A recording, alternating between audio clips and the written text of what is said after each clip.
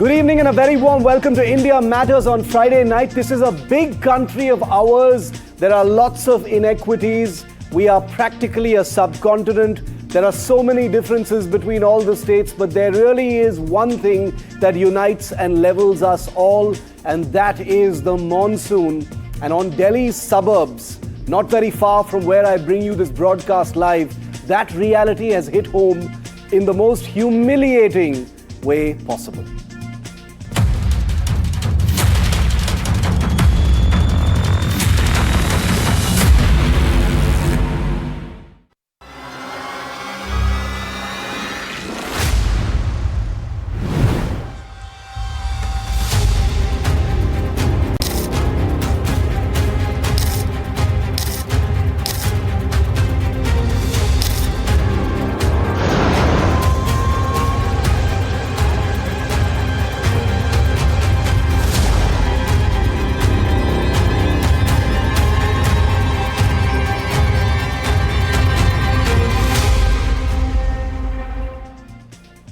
Gurugram, a suburb of India's national capital, your capital, my capital, came up on the outskirts of Delhi with the promise of being a mini Singapore. Can you believe that? A mini Singapore. This is mini Singapore. Every monsoon, Gurugram or Gurgaon as it was earlier called, sheds its glossy brochures and reveals its crumbling core, because this is the reality, a reality in which companies come to invest. It has been projected as a huge tech hub. It's a place where the elites of Delhi flaunt their big houses and apartments. And in 2025, these are the pictures in Gurugram, a place where it was once fashionable to say you lived in Gurugram. Would you ever boast about living here? From cyber city to drain city, the transformation has been so swift, so violent, that you can't even see the city anymore because it's all underwater. The roads have vanished. They're either broken or completely submerged. If you've got an SUV, it's probably a good time to buy a pair of oars, and helplines drown in desperate calls. People are furious. Glass towers shimmering above while craters and cave-ins open in practically every road. And believe me, there is nobody to blame but the governments successively and the system which has made bad planning an art form and doomed Gurugram to the absolute hellhole that it is today.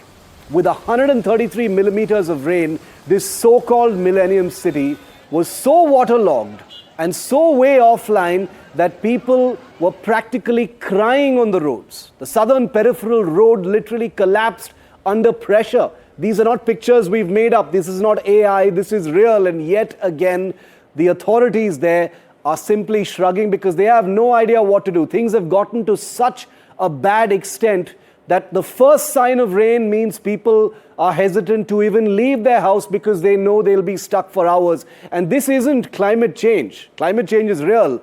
It is civic failure. Taxpayers' money has literally paid for this nonsense. Year after year, Gurugram's smart city dream continues to short circuit, one thunderstorm at a time.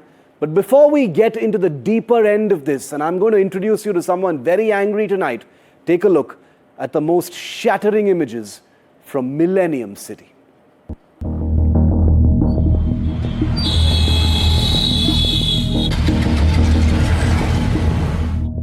The city that hosts Fortune 500 headquarters, global tech hubs, and India's future grinds to a halt in every monsoon. Yesterday was no different, only worse.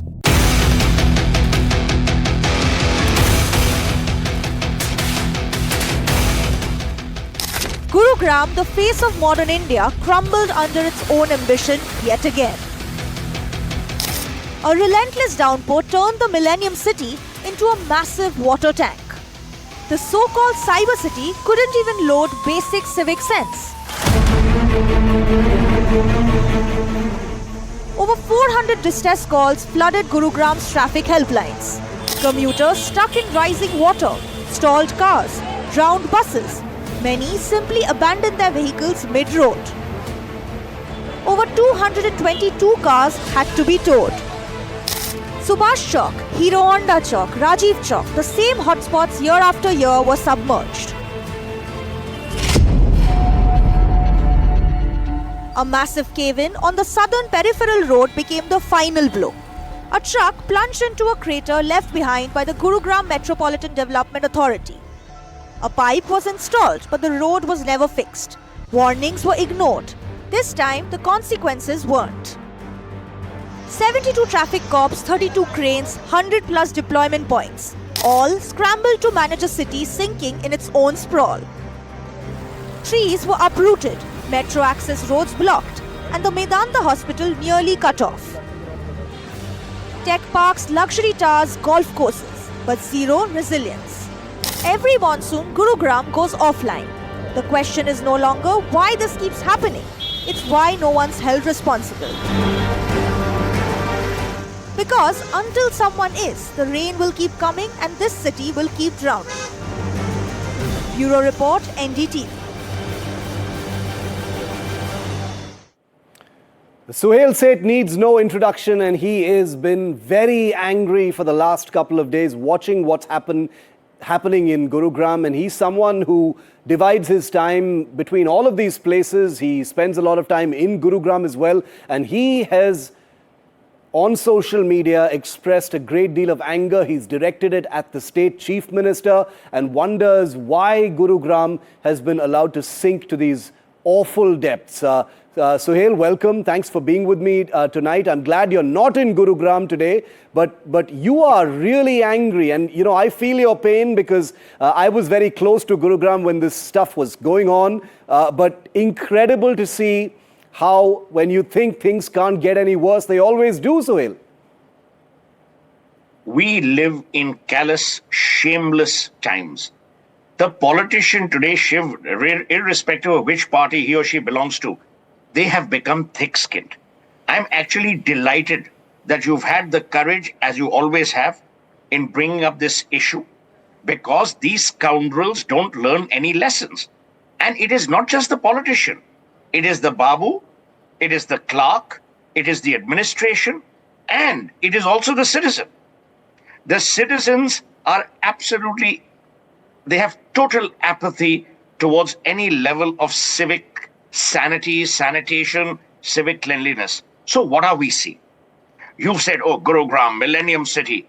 It is a city that even Harappa and Mohenjo-daro would be ashamed of.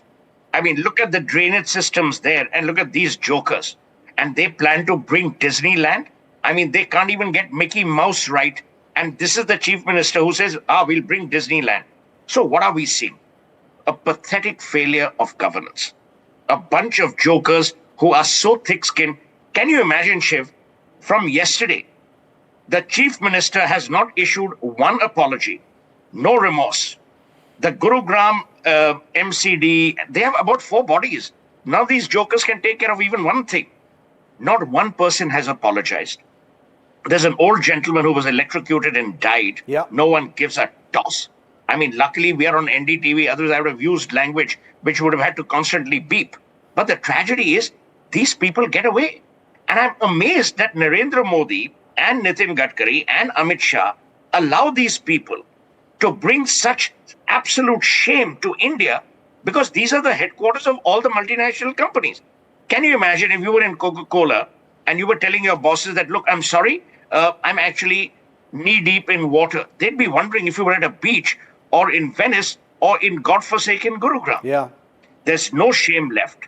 There is total apathy. And you know, Shiv, you're talking about rainwater. 6 months onwards ago, there has been garbage that is being lying scattered. Yeah. No one has done a thing. Do they give you forgiveness on taxes? No. Now what has started happening is people have begun to live in bubbles. So you live in a Magnolias, in a Camellias, in a Aralias. You live in a bubble, but is it really fair? Is it fair on the common man? You know better than I do, it takes you 2 hours to get from Delhi to Gurgaon and vice versa. Why?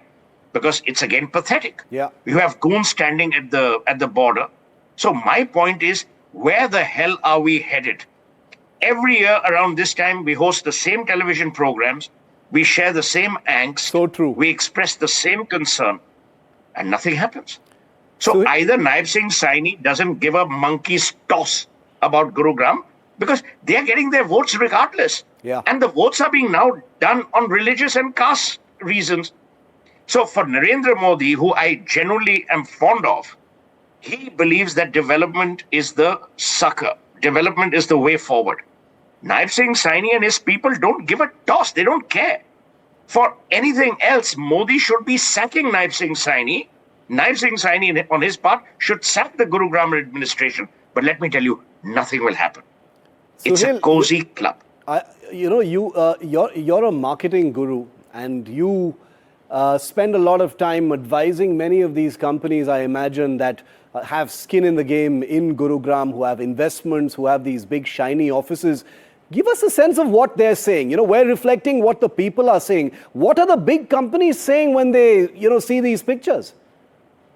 They're embarrassed. There is all-round embarrassment. And I'm so glad you talked about corporate involvement. Hero MotoCorp has sponsored and rejuvenated so many ponds in Gurugram because that's where the water gets stored. I know about DLF. I don't know about the other developers because I live in a DLF gated community. DLF has done amazing work with rainwater harvesting and swales. That's why once you enter magnolias or aralias or camellias, there's no flooding. But people think, oh, the elite lives there. I mean, for God's sake, if DLF can get it right, why can't the jokers, the engineers who have created waterfalls out of flyovers, why can't they get it right? And Shiv, we keep saying, oh, Indian engineering, world-class, IITs, world-class. Where is the goddamn world-class? We are building flyovers that collapse. We are building flyovers that leak. We are building roads that cave in. I mean, what are we doing? And let me tell you, this is not about Gurugram. This is an India malaise. We are pathetic when it comes to civic infrastructure. Worse than any sub-Saharan country. Now, we don't want to say it because we want to brag that, oh, we're a great country, fourth largest economy in the world. Kenta, fourth largest economy. You cave in, no pun intended, every time there's rainfall. And by the way, which of these idiots in government don't know that there will be a monsoon? There's a monsoon every year. But what do? No planning. Everything is Ram Bharose. Everything is, oh, we'll wing it. And there is no accountability. You tell me, Shiv, and you know this, every time the courts of India are quick to act on suo moto issues. Oh, suo moto this, suo moto that. You know why the Haryana and Punjab High Court will not act on this? Because their judges live in Mohali and in Chandigarh in fancy homes. Their homes don't get flooded. So until it pinches them, nothing will happen. Even the courts will not take suo moto action. And that's my worry. So there is zero responsibility. I completely agree with you when you say the buck stops with the Chief Minister because after all, a BJP government has been in the saddle for a decade now. They've gotten their third term. But nothing seems to happen with Gurugram. I mean, it's a big state, but Gurugram is literally on the doorstep of the national capital. There is that angle as well. It was always sold as this Millennium City, but getting away from that, looking ahead, is there a way to dig the city out of this? Or is it a case of, people making the excuse that bad planning and corruption has been happening for so long, the city is just stuck now? Tell me, and I don't take any political sides, I hate all political parties. A big shusha was made about Robert Vadra and land conversion and, conversion from commercial to residential and vice versa. Let me tell you, Shiv, if the Central Bureau of Investigation were to investigate developers in Gurgaon, the nexus between the politician, the bureaucracy, and the developer would be exposed. But again, no one will do it. Where the hell will they get the election funding from? So who suffers? There's an old George Bernard Shaw saying, when whales fight, shrimps are eaten. We are the shrimps. You're still safe because you live in Delhi. We are the Gurgaon shrimps who get eaten every time there's rainfall, every time there's sordid summer. The reason why I told you about the rejuvenation of ponds is because Gurgaon goes dry. Let me tell you a fact. There are more liquor vends in Gurgaon than functioning traffic lights. There are more bars in Gurgaon than schools. That tells you of a government's priorities. That tells you where the government is headed. You can open a liquor vend anywhere you want. All you have to do is pay some joker. Correct. So the point I'm making is, you and I are discussing this because we have genuine concern for brand Gurugram, which in turn is reflective of brand India. Don't these people care? Are they not responsible? Doesn't Narendra Modi care? You know, you keep talking about smart cities, urban oases. These are urban dumps. We are living in the swankiest slum of the 21st century. Look at what's happening as you're showing it on your screen. Yeah. Is this what we call a developing economy? It is a shame on us.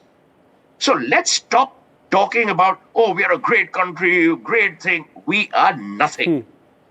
A country is known by its weakest link, and our weakest link is civic infrastructure, apathy, and zero accountability. Tell me, a guy got electrocuted. He died. Yeah. No apology. If I were the government, if I were the courts, I would have arrested the municipal commissioner of Gurugram. I would have arrested the district commissioner of Gurugram to show people that I care and that there will be deterrent punishment. Nothing will happen. To quote the Bible, this too shall pass. Yeah. And we'll again be stuck in this morass. Suhail, I thank you for being with me, and I feel your anger, and I also feel the sense of helplessness that you're exuding as you say this, because it really does feel like, just another time that the rain has come, the situation is upon us, and Absolutely. Once again, we're just venting with each other. It really does feel like that. I wonder what that inflection point will be. I wish I had that answer. I don't. But your anger stood out to me because it did feel like it was heartfelt. You were calling out the people who should be taking that action. And in these times when most people won't do that, that seemed like something that was noble, and you did voice what many people are feeling. I hope you don't have to go to Gurugram anytime soon because it's still very waterlogged, but see you the next time you're here. Suhail, thank you. Thank you for being here. Thank you so much. Thank you, Shiv, as always. Thank you. Thank you.